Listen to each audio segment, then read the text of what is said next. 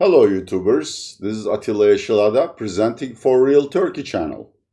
The only real, the only Turkey, the only channel. The only channel that gives you information. Today I'm going to talk about a very sad scandal. Turkey's health scandal. Turkey is actually dealing with two intractable problems. The first, obviously, is the economic bottleneck, with Turkish Lira steadily losing value against the American dollar and all other major currencies. That, of course, has massive negative implications for economy and people's prosperity. But I have talked enough about that. Check the videos. There is not much more I can do. But there is another problem, which in my view is more important. By the way, let me just lower the headroom here so that my producer don't whip me again. Maybe too much. Which is that we're in the midst of a massive health crisis, of course, COVID-19, but unfortunately, official data conceals the reality, which of course lures the people of Turkey into a false complacency. And they are partying just like the people in Florida and UK do. And as a result, allowing the virus to spread further. I have checked Google to see if there is any English language coverage of that. Unfortunately, I couldn't find any. It's kind of funny. I don't know whether Google's algorithms can be manipulated or fooled, but if you type Turkey and go to news in Google, you would only see news items by Anatolian Agency and Daily Sabah, which are pro-AKP, pro-government publications. The truth, unfortunately, remains hidden. Therefore, I can only use Turkish sources to verify the accuracy of my statements. If you are truly interested, or whether you really want to check whether I'm telling the truth, you can have these translated. Yesterday, as of Sunday, the Minister of Health, Mr. Fahrettin Koca, announced roughly 1,200 new corona patients for the day, which by itself is bad enough. Not for a country of roughly 80 million people. The virus or the incidence can be said to be extremely low, but these numbers brought us back to June. In June, Turkey's daily corona case tally was down to 900. So in 45 days, according to official figures, daily corona patients rose by 30% or so, which by itself shows that there is a problem. But the real problem is much bigger than that. Again, I'm showing these. I don't know if that makes sense, but I need something to document my claims. I don't want to be accused of exaggerating the situation. As I've said, unfortunately, this is Turkish, and it's a statement by Turkish Medical Association, the official union of Turkish physicians. And it reads, active patient numbers are 10 times those officially announced. And members of the health service community are being exhausted. Now, math is simple. Official tally, roughly 1,200 patients a day. But Turkish Medical Association tells me this is not true. Actual daily patients arriving in hospitals is 10 times. So 10 times 1,200 is 12,000, right? Okay.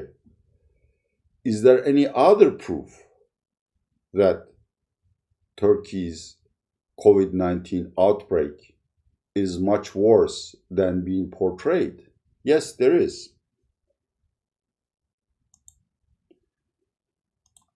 This is from left-wing Turkish daily Cumhuriyet, and it is another announcement by Turkish Thorax Association. I am not a medical expert, but I suppose thorax means upper respiratory diseases. So these are the experts who treat, our influenza, our throat, nose, and ear problems.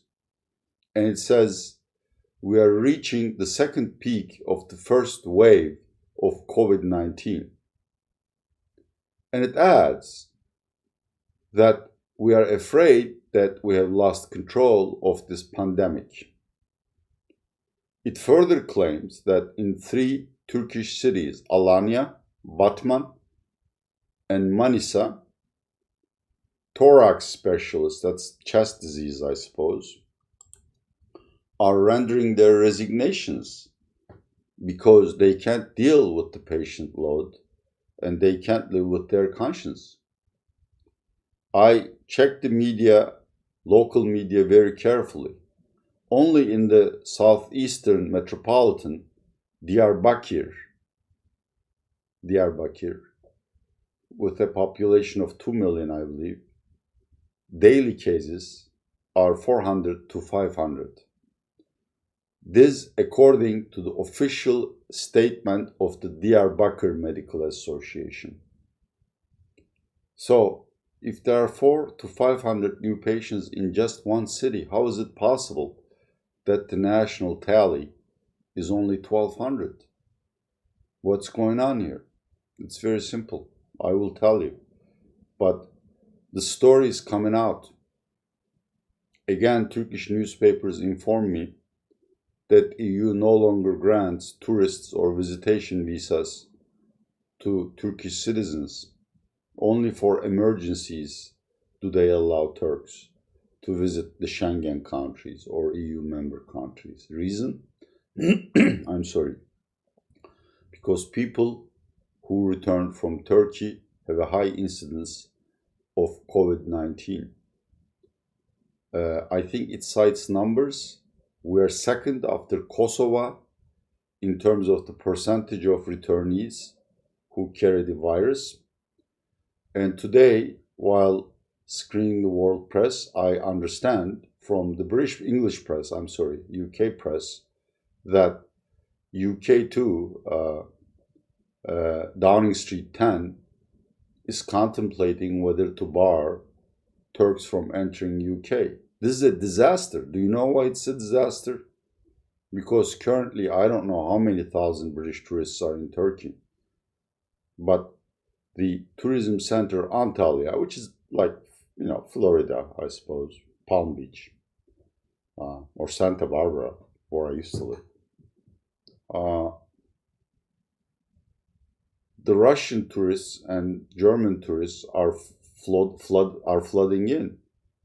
I think in the first 15 days, Antalya received 600,000 visitors from mostly Russia and Germany. And this is a huge responsibility. Would these people have come to Turkey to spend their vacation if they knew that daily cases were not 1,200, but 12,000? And what would we do? What would the government do if, Lord forbid, if a tourist catches COVID-19 here and sues the government in Germany or in Russia? You would be liable for billions of dollars of damages. This is very scary. I mean, I have shot videos trying to prove or providing evidence that Turkstat is already fiddling with the inflation numbers, in particular food inflation, to show inflation lower than it is. Our central bank hides the fact that it has run out of net reserves. These are major economic mistakes that ought to be corrected, because without accurate data, we economists cannot do our job. But more importantly, business people, whether they are from Turkey or abroad, cannot reach correct business decisions about this country. A country that loses data credibility loses everything. But this is nothing compared to what is going on today. We're playing with people's lives by underreporting corona cases. Obviously, everything I said is based on public information, on information I believe to be reliable and credible. And if I'm wrong, if the Ministry of Health can prove with valid data that these claims are exaggerated, that truly the cases are 1,200, I will immediately broadcast another video correcting my mistake and apologizing. Until then, I must conclude that we're in the midst of a severe health crisis. And of course, unless Sputnik or Sputnik 5, the Russian vaccine, is truly effective and everybody can get vaccinated until the end of the year, this disease is going to get worse in winter months, because then it combines with the regular influenza, cold, and coughing attacks, which also weaken the immune system. So in the winter, either it will become more lethal, or more prevalent.